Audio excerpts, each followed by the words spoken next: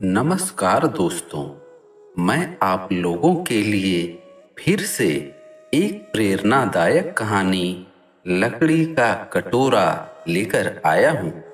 इसे अंत तक जरूर सुनें। एक समय की बात है, गांव का एक वृद्ध व्यक्ति अपने बेटे और बहू के पास रहने के लिए शहर चला गया, क्योंकि गांव में वो बिल्कुल अकेला रहता था और जीवन व्यतीत करने में बहुत ही परेशानी हो रही थी।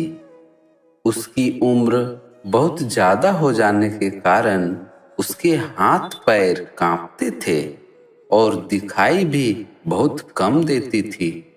वो वृद्ध व्यक्ति हमेशा अपने बेटे बहू और लगभग 10 साल का पोता के साथ खाना खाता था, लेकिन अक्सर उसके हाथ पैर कांपने की वजह से खाने की प्लेट या बर्तन गिरकर टूट जाते थे, जिसे देखकर उसके बेटा बहू को बहुत चिढ़ होती थी और उसे बहुत ही डांट फटकार लगाते थे, जिससे वह बहुत दुखी हो जाता था और अकेले में बैठकर रोता था।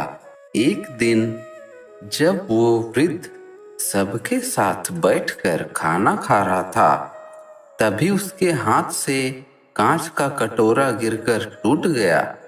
वो काफी भयभीत हो गया। उसके बेटे बहू उसे जमकर डांट लगाई और कहा कि आज से आप हम लोगों के साथ खाना नहीं खाएंगे। आपके लिए दूसरे कमरे में खाना लगा दिया करेंगे और जब आपसे कांच या चीनी मिट्टी का बर्तन नहीं संभाले जाते हैं तो मैं आपके लिए लकड़ी का कटोरा ला दूंगा, जिसमें आप खाना खाएंगे। फिर बहुत दिनों तक वह वृद्ध व्यक्ति अकेला बैठकर दूसरे कमरे में लकड़ी के कटोरे में खाना खाता था और बहुत ही उदास रहता था। फिर एक दिन उस वृद्ध व्यक्ति का 10 वर्ष का पोता कुछ बना रहा होता है। इस पर उसके मम्मी पापा ने पूछा कि बेटा, ये तुम क्या बना रहे हो?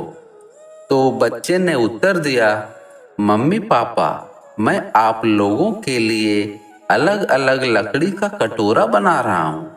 जब आप लोग बूढ़े हो जाएंगे और हाथ पैर कांपेंगे तो मैं आप लोगों को इसी लकड़ी के कटोरे में खाना खिलाऊंगा। और वह पुनः अपने काम में लग गया। पर इस बात का उसके मम्मी पापा पर बहुत ही गहरा असर हुआ।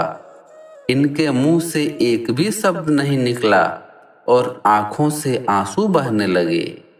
वो दोनों बिना बोले ही समझ चुके थे कि अब उन्हें क्या करना चाहिए। उसी रात को वे लोग पिता को वापस अपने डिनर टेबल पर लेकर आए और काफी इज्जत सम्मान के साथ खाना खिलाया और फिर कभी उनके साथ अभद्र व्यवहार नहीं किया।